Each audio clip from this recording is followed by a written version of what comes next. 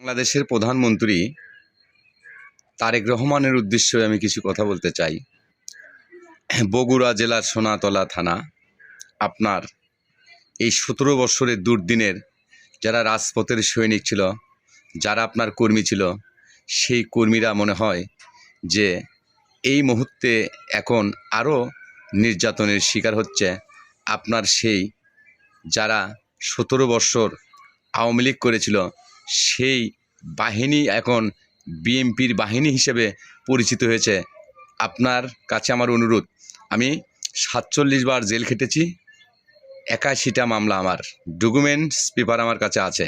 নিশ্চয়ই আমার ভিডিওটা যাই যেখান থেকে দেখবেন সবার প্রতি আমার অনুরোধ রইল, এই ভিডিওটা বেশি বেশি করে শেয়ার করে দেশনায়ক তারেক রহমানের কাছে পৌঁছে দেবেন।